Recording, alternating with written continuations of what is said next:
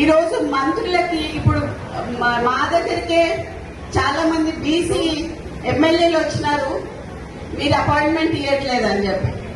కొత్త ఎమ్మెల్యేలకి రిప్రజెంటేషన్స్ ఎక్కడ ఇవ్వాలన్నా కూడా తెలియట్లేదు. మంత్రులు ఏమైనా సంతకాలు అవుతున్నాయంటే అవి అవ్వట్లేదు.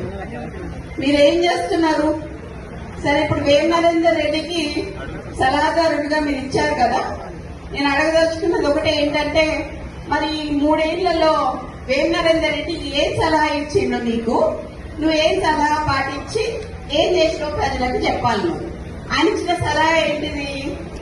నీ తమ్ముడు ఒక షెల్ కంపెనీ పెడితే 200 కోట్ల ఆస్తి ఉన్న ల్యాండ్, గవర్నమెంట్ ల్యాండ్ నువ్వు దారదత్తం చేసావు నీ తమ్ముడికి. ఇట్లా నీ తమ్ముళ్ళు నువ్వు రాష్ట్రం మీద పడి తింటాం తప్పితే ఇంకేం చేయలేదు. అట్లాంటిది నా ఇలాకాకు వచ్చి, కొండ ఇలాకాకు వచ్చి రేవంత్ ప్రకాష్ రెడ్డిని మళ్ళీ గెలిపించమని చెప్పడంలో మీ ఆంతర్యం ఏంటిది అని అడుగుతున్నా నేను ఇవాళ. ఎందుకు మాతో పెట్టుకుంటున్నావు? ఎందుకు మమ్మల్ని ఇట్లా చేస్తున్నావు? మేము కాపతనోళ్ళమమ్మా, మాకు వ్యవసాయం వచ్చి కానీ ఊడిగం చేయటం రాదు. మేము పద్మశాలోళ్ళం, మాకు నేత నేయటం వచ్చి తప్పితే ఊడిగం చేయటం రాదు. మీలాగా బ్రోకరిజం చేసి ఇవన్నీ చేసుకుంటే మీ చుట్టూ తిరుగుతున్న వాళ్ళు ఎవరైతే ఉన్నారో తప్పుడు సంకేతాలు పోతున్నాయని చెప్పి చెప్తున్నా మీకు. ఈ పిసిసి ఆడడానికి తిరిగిన దయాసాగర్ రావు గారిని గాని, షబీర్ అలీ గారిని గాని అప్పుడు కార్లు ఎక్కించుకొని తిప్పినావు. ఇలా అట్లీస్ట్ వాళ్ళకి అపాయింట్మెంట్ అన్నా ఇస్తున్నావా నువ్వు అని అడుగుతున్నా నేను ఈ సందర్భంగా నేను గుర్తు చేయాల్సింది ఏంటంటే, నిన్ను కూడా కొడంగల్లో ఒకసారి ప్రజలు ఓడగొట్టిండ్రు. అట్లాంటిది నేను 10 ఏళ్ళు ముఖ్యమంత్రి ఉంటా అని చెప్పుకున్నావు. రాజశేఖర్ రెడ్డి గారు లాంటి వాళ్ళు కూడా చెప్పుకోలేదు అట్లా. నీకు కాంగ్రెస్ సంస్కృతి అనేది ఇంకా ఎక్కలేదు అని చెప్పి నీకు చెప్తున్నా. ఈరోజు నిన్నొచ్చి నెక్స్ట్ ఎలక్షన్ గురించి మాట్లాడినావు కదా, 2 ఏళ్ల ఎలక్షన్ల తర్వాత రేవంత్ ప్రకాష్ రెడ్డిని గెలిపియాలి అని చెప్పినావు. రేవంత్ ప్రకాష్ రెడ్డి అంటే పరకాలకి తెలియదు, పరకాలంటే రేవంత్ ప్రకాష్ రెడ్డికి తెలియదు ఎలక్షన్ల ముందట.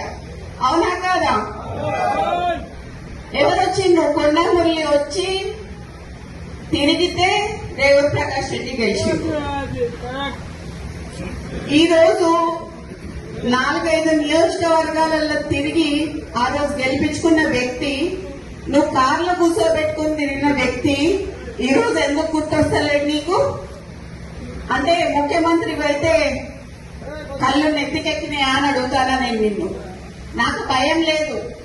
ఇవాళ పోతే రేపు 2 నాకు. ఎందుకు అనంటే నా బిడ్డ, నా కొడుకు ఎవరన్నా చూసుకుంటారు వాళ్ళని. నేను ప్రజల కోసం పనిచేసేదాన్ని, నేను ప్రజల మధ్యలో ఉండేదాన్ని. ఈ రోజు మా నాన్న నాకు అట్లే పెంచిండు, నన్ను భయం లేకుండా పెంచిండు. నేనెవరికి భయపడను, సావుకి భయపడను. కానీ ఈ రోజు చాలా ఈ 2 ఏళ్ల వారికి ఎందుకయ్యా ఇవాళ రాజీనామా చేయమని చెప్పు. ఇవాళ రాజీనామా చేసి ఎలక్షన్లకు రా. నా ఇల్లు ఇక్కడ మంచినీళ్ళు ఉన్నది, 3 అంతస్తుల బిల్డింగ్ నీకు ఇస్తా. వచ్చి అక్కడనే ఉండి రేవంత్ ప్రకాష్ రెడ్డికి నువ్వు వచ్చి క్యాన్వసింగ్ చేయి. రేవంత్ ప్రకాష్ రెడ్డి గెలుస్తాడా, లేకపోతే కొన్న కుటుంబంలో ఎవరి నుంచి గెలుస్తాడు? ఈ రోజు నేను ఇది అచ్చ కాంగ్రెస్ వర్సెస్ పచ్చ కాంగ్రెస్ అయింది. ఇక్కడ మొత్తం పచ్చ కాంగ్రెస్ మాత్రమే నడుస్తున్నది. ఇక్కడ అచ్చ కాంగ్రెస్ ఏది నడవట్లేదు. కాంగ్రెస్ సభ్యులు ఎవ్వరూ ఆనందంగా లేరు. దాంట్లో ఉత్తమ్ కుమార్ రెడ్డి అంకుల్, మేము యాక్చువల్లీ అసలు ఆయన పేరు చెప్పాల్సింది ఉండే మాకు చేసిన సహాయానికి, కానీ సరే ఈయన చేస్తాడు అని చెప్పి ఈయన పేరు చెప్పడం జరిగింది.